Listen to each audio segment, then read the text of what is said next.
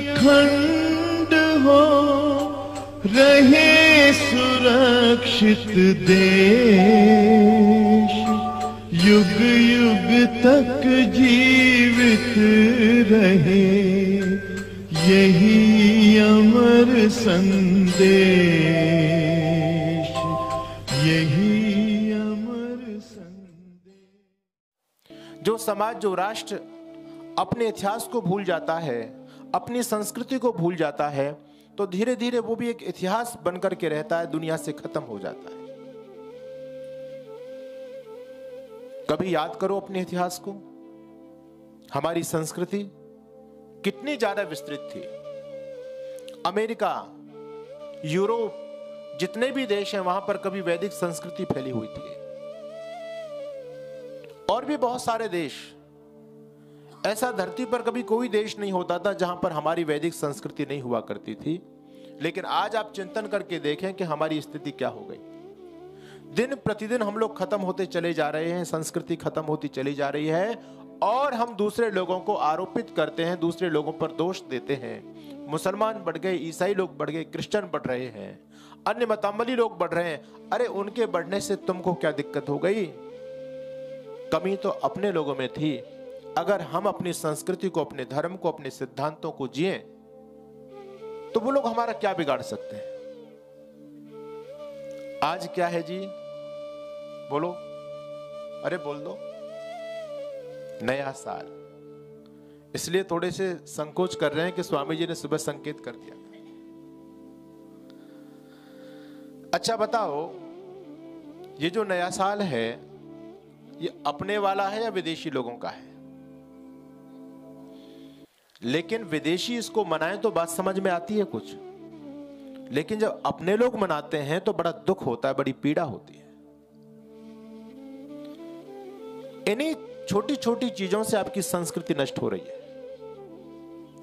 हमारी जो संस्कृति है वो बड़ी वैज्ञानिक संस्कृति है, बड़ी आधारभूत संस्कृति है।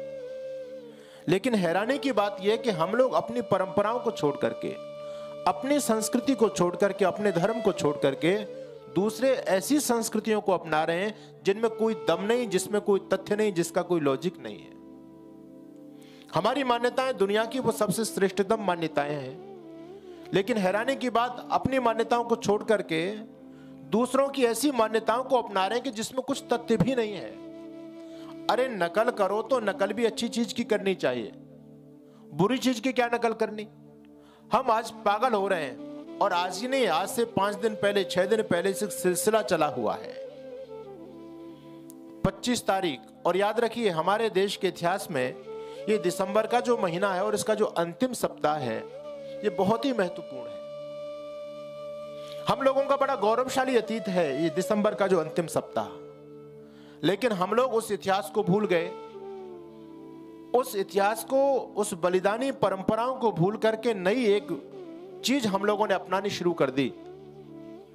और 25 दिसंबर आता है तो मुझे हैरानी होती है, मुझे दुख होता है कि जब भारत देश के लोग, रामकृष्ण की संतानें जब हैप्पी क्रिसमस डे बोलती हैं तो निश्चित रूप से हमको ये डर लगने लगता है, भय सताने लगता है कि आखिर ये वैदिक संस्कृति बचेगी कैसे। चिंतन करना कभी, इस देश की संस्कृति को नष्ट करने में हमारा कितना बड़ा हाथ है या नहीं है, ये कभी अपना चिंतन करके देखो। हम जयचंद को गालियां देते हैं कि उसने गद्दारी की धर्म के साथ में, देश के साथ में, लेकिन क्या हम भी तो उस जयचंद वाली श्रृंखला में नहीं खड़े हैं? अगर हम अपनी संस्कृति के साथ में गद्दारी करते हैं, गद्दारी का मतलब आप लोग समझते हैं, अपनी संस्कृति को न मान करके, अपनी मान्यताओं को न मान करके जब दूसरे की मान्यताओं को हम प्रश्रय देते हैं, बढ़ावा देते हैं, तो क्या ये अपनी संस्कृति के साथ में गद्दारी नहीं है? ये अपने देश के साथ में गद्दारी नहीं है? और यदि हम अपनी संस्कृति के साथ में गद्दारी करते हैं तो फिर हम में और जयचंद में अंतर क्या होता है? अंतर इतना है कि उसने अपने स्तर की गद्दारी की, वो बड़ा आदमी था, उसने बड़ी गद्दारी की। हमारा स्तर छोटा है, हम देश और संस्कृति के साथ में छोटे स्तर की गद्दारी करते हैं और कहलाएंगे तो दोनों की दोनों गद्दारी कहलाएंगे। इसलिए मेरा आप लोगों से निवेदन है कि अपनी संस्कृति को अपनाओ, अपने धर्म को अपनाओ, आज ऐसी मूर्खता समाज में चल गई। आज नया साल मना रहे हैं लोग। मेरे पास में सुबह एक व्यक्ति ने तो 12:15 बजे फोन कर दिया, रात को ही 11 बजे आए थे यहाँ पर, जैसे तैसे थके आ रहे सो गए, लेकिन एक व्यक्ति ने वो इंतजार करता रहा 12 बजे का, और 12 जैसी बजे एकदम फोन बजा, मैंने उठाया। मैंने समझा कि भैया कोई गड़बड़ हो गई किसी के साथ में। रात को कौन फोन करेगा? मुझे तो ध्यान ही नहीं था, क्योंकि हमारा तो ये नववर्ष है ही नहीं, तो ध्यान क्या रखना है इसका। वो कहता है गुरुजी हैप्पी न्यू ईयर। मैंने कहा भले आदमी, इसमें मुझे ये बता नया है क्या? तू जिसके लिए परेशान है रहा है कि गुरुजी नए साल की शुभकामनाएं, ये जो नए साल की शुभकामनाएं दे रहा है इसमें कुछ नया है क्या? अरे बुद्धि पर जोर दे करके देखो। ऐसी मूर्खतापूर्ण परंपराएं। हमारी जो नया साल आता है चैत्र शुक्ल प्रतिपदा के दिन, वो नया साल केवल हमारा नहीं है, वो नया साल प्राकृतिक है। उस नया साल में सब कुछ नया होता है। और आज आप वर्तमान समय में जो नया साल मना रहे हैं, इसमें नया कुछ है ही नहीं, कुछ भी नया नहीं है। हमारे यहां कवि हुए रामधारी सिंह दिनकर, उन्होंने बहुत अच्छी 2-4-6 लाइनें लिखी। वो कहते हैं ये नववर्ष हमें स्वीकार नहीं है, अपना ये त्योहार नहीं है, अपनी ये कोई रीत नहीं और अपना ये व्यवहार नहीं। क्यों नहीं है? तो आप कल्पना कीजिए अपने मन और मस्तिष्क में। राष्ट्रकवि ने लिखा, धरा ठिठुरती है सर्दी से, आकाश में कोहरा गहरा है। आज देखा ना आप लोगों ने, सुबह सबकी जो है ना स्थिति खराब हो रही थी, भयंकर, कुछ भी दिखाई नहीं दे रहा। बेंजी लेट हो गई, नहीं आ पाई। अब इसमें नया क्या है? हर व्यक्ति परेशान, आदमी परेशान, पशु पक्षी परेशान, सब कुछ परेशान है। और उसमें ये मूर्ख पागल हो रहे हैं, यानी कुछ जानना नहीं, कुछ सोचना नहीं, कुछ समझना नहीं। आपको जानकारी होनी चाहिए। पहले ये जो क्रिश्चियन लोगों की जो नया साल हम लोग मनाते हैं, पहले दुनिया अपने वाला नया साल मनाती थी, लेकिन जैसे जैसे सांप्रदायिकतावाद बढ़ा है वैसे वैसे लोग कट्टर होते चले गए। और जो नया साल ये लोग मना रहे हैं ना, जिनका हम अनुकरण कर रहे हैं, इन लोगों के पास तो कुछ था ही नहीं। आपको जानकारी हो, यदि आपने इतिहास पढ़ा हो, तो पहले साल में कितने महीने होते हैं जी? हम लोग 12 महीने मानते हैं, लेकिन ये कितने मानते थे? इनके यहां साल में 10 महीने होते थे। इनके यहां साल में केवल 310 दिन होते थे, वैसे साल में 365 दिन होते हैं। इनके पास में कोई विज्ञान नहीं, कोई बुद्धि की बात नहीं है। तो पहले ही इन लोगों के पास में 10 महीने होते थे। और ये जो कल का दिन गया, कल एक महीना खत्म हुआ, क्या बोलते हो आप लोग इसको? दिसंबर।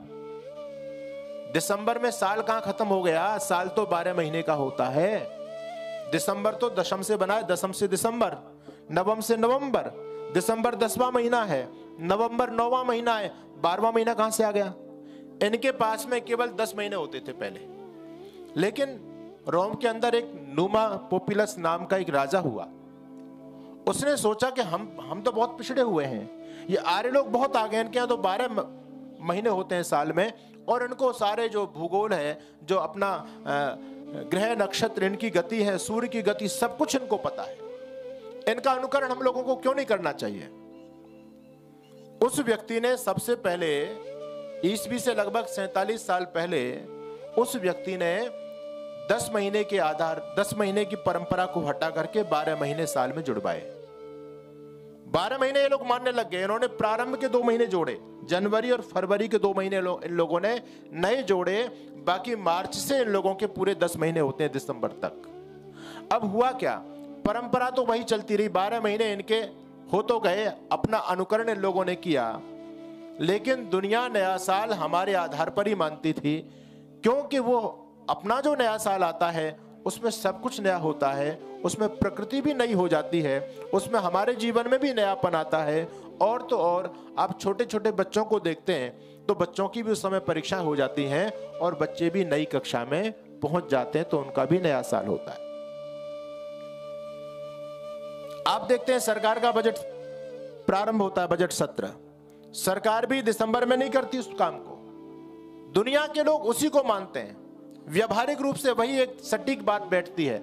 लेकिन हम ऐसे पागल हो रहे हैं कि हम लोगों ने उनकी परंपरा को अपना लिया। एक रोम के अंदर एक बहुत बड़े पोप हुए जिनका नाम था पोप ग्रेगरी।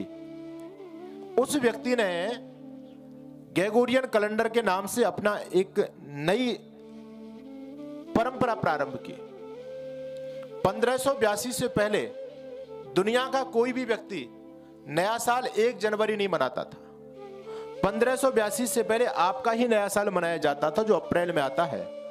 वो व्यक्ति बड़ा मतांध था, ईसाई था, और उस व्यक्ति के मन में एक विचार आया कि क्यों ना हम अपनी ईसाईयत को बढ़ावा दें, हम आर्य लोगों का नया साल क्यों मनाएं, अपना नया साल क्यों नहीं मना लें। तो आप लोगों को जानकारी होनी चाहिए, जो 25 दिसंबर है, 25 दिसंबर के दिन ईसा मसीह का जन्म हुआ, जिसको आप क्रिसमस डे बोलते हैं। और 8 दिन बाद इनके यहाँ, 7 दिन बाद इनके यहाँ खतना होता है, इनकी परंपरा है मुसलमान लोगों में और क्रिश्चियन लोगों में। 7 दिन बाद ईसा मसीह का खतना हुआ, 1 जनवरी को उसका खतना हुआ।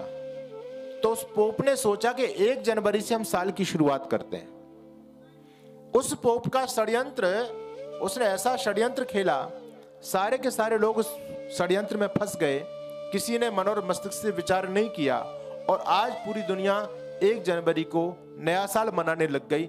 हमको चिंतन ये करना है कि एक पोप ने अपनी संस्कृति को कितना ज्यादा बढ़ावा देकर के दुनिया में अपनी संस्कृति उस व्यक्ति ने पूजित करा दी, दुनिया को उस संस्कृति का पाठ पढ़ा दिया।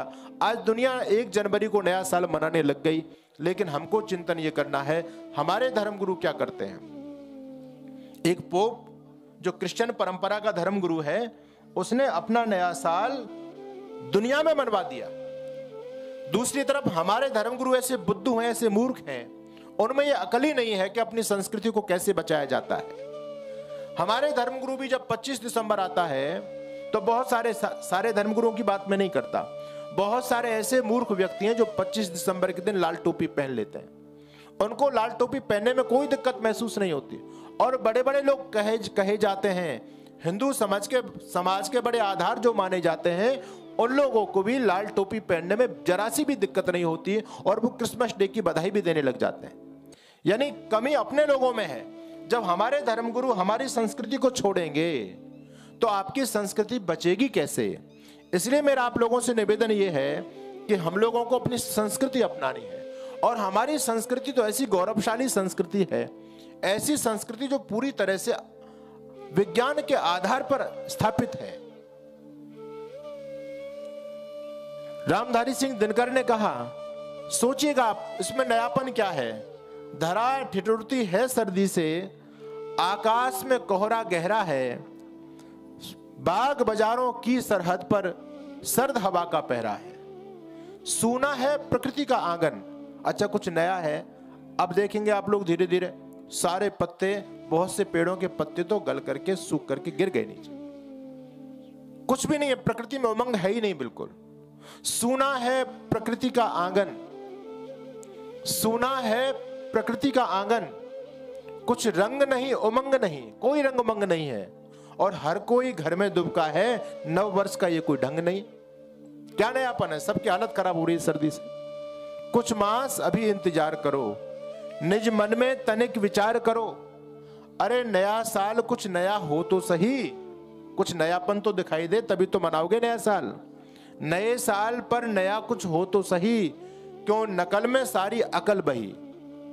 हम लोगों की सारी बुद्धि नकल करने में चली जा रही है। और हमारी स्थिति कैसी हो गई, कहते हैं मुल्ला नसरुद्दीन और खट्टर काका दोनों मित्र थे। मुल्ला नसरुद्दीन ने गाड़ी खरीद ली। खट्टर काका ने कहा, मुल्ला तू पागल हो गया है, तूने गाड़ी क्यों खरीद ली। बोले चलने के लिए खरीदी है गाड़ी, और किस लिए खरीदते। बोले चलने के लिए तो खरीदी है, पर तू चला पाएगा क्या इसको। मुल्ला कहने लगा, काका चिंता की बात नहीं है, मैं तो नहीं चला पाऊंगा, ड्राइवर रख लूंगा। बोले ड्राइवर रख लेगा। कहता ड्राइवरों के भरोसे गाड़ी नहीं चलती। बोले क्या दिक्कत। वो कहता है ड्राइवर इतने चालाक होते हैं कि पता नहीं गाड़ी का कौन सा पुर्जा कब बदल दें, ये तुझे क्या पता चलेगा, तुझे चूना लगा देंगे। इसलिए बहुत सावधान रहने की जरूरत है। अब मुल्ला नसरुद्दीन ने ड्राइवर तो कर लिया, लेकिन वो चौकन्ना रहता था, ड्राइवर को अकेले में गाड़ी नहीं देता था, खुद गाड़ी में साथ चलता था ड्राइवर के, क्योंकि उसको डर था। उसके मित्र ने उसको बता दिया था ये ड्राइवर बहुत चालाक होते हैं, पता नहीं कब कौन सी चीज बदल दें, बदल देते हैं। अब क्या हुआ, गाड़ी चल रही थी, दोनों बैठ के जा रहे थे। जैसे ही गाड़ी आगे बढ़ी, एकदम गाड़ी में आवाज हुई, किर जैसी आवाज हुई, और जैसे ही आवाज हुई तो मुल्ला ने ड्राइवर से पूछा, रे मुल्ला, ड्राइवर से पूछा कर ड्राइवर कैसी आवाज आई है? ड्राइवर ने कहा कि मुल्ला जी मैंने गियर बदला है। और जैसे ही उसने सुना कि गियर बदला, उसने एक तमाचा खींच करके मारा। उसने कहा, उल्लू के पट्टे, तू मेरे सामने ही बदल रहा है? अरे मेरे मित्र ने कहा, ड्राइवरों से सावधान रहना, ये चीज बदल देते हैं, तू मेरे सामने ही बदल रहा है। पीछे बदलता तो कुछ बात समझ में भी आती थी। तो जो ऐसे मूर्ख होते हैं ना, जो बात को नहीं समझ पाते, वो उपहास का पात्र बनते हैं। आज हम भी दुनिया में उपहास के पात्र इसलिए बनते हैं क्योंकि हम चीजों की नकल तो करते हैं लेकिन सोचते नहीं है। अच्छी चीज की नकल करनी चाहिए, कोई दिक्कत वाली बात नहीं। तो हमारे कवि ने कितनी गजब की पंक्ति लिखी। वो कहते हैं कि सुना है प्रकृति का आंगन, रंग नहीं उमंग नहीं, हर कोई घर में दुबका है, नव वर्ष का ये कोई ढंग नहीं। अरे चंद्रमा सभी इंतजार करो, निज मन में तनिक विचार करो, नया साल कुछ नया हो तो सही, क्यों नकल में सारी अकल बही। उल्लास मंद है जनमन का, आइए अभी बाहर नहीं, ये नव वर्ष हमें स्वीकार नहीं है, अपना ये त्योहार नहीं। और आगे क्या कहा उन्होंने? अपनी प्रकृति को, अपनी संस्कृति को शब्दों में बांध करके रख दिया। और उन्होंने लिखा,